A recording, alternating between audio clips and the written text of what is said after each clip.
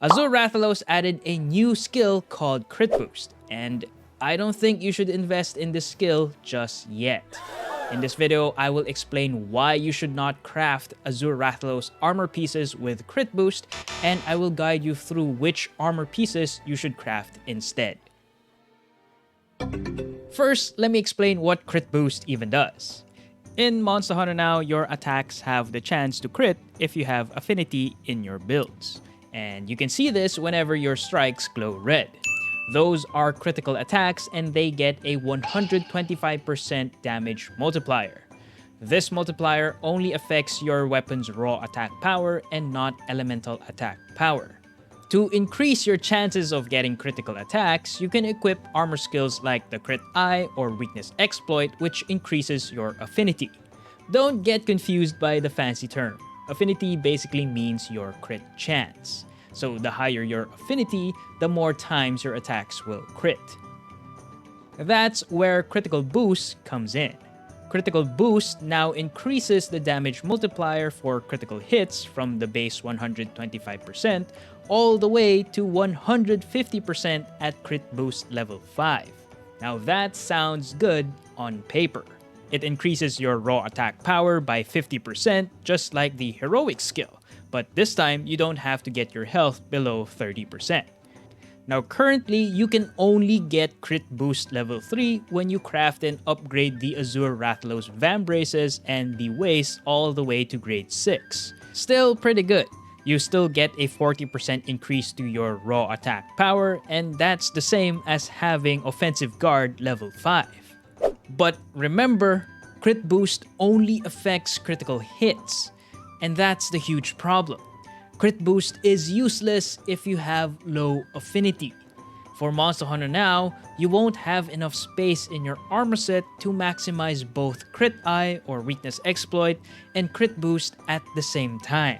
It's impossible to make a build that has 100% affinity and Crit Boost level 5. That would be the best build, but it's impossible unless Niantic adds decos and charms into the game.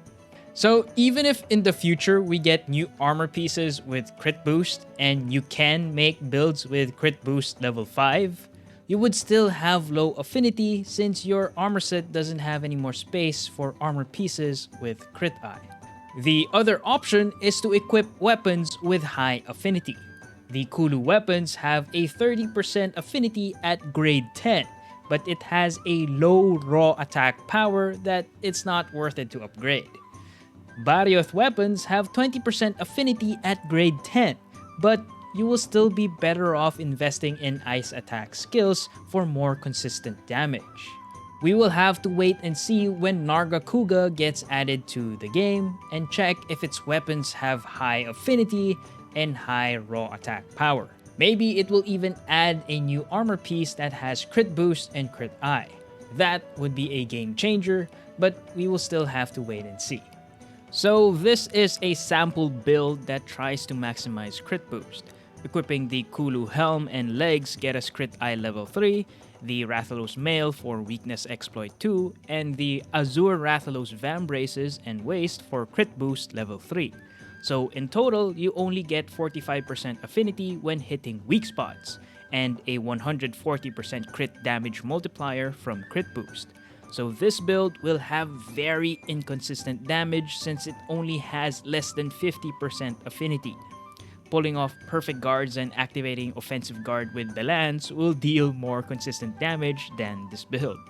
So even if you equip Kulu weapons for more affinity, its low raw still won't beat the damage output of elemental weapons. So for truly consistent high damage, nothing beats elemental attack.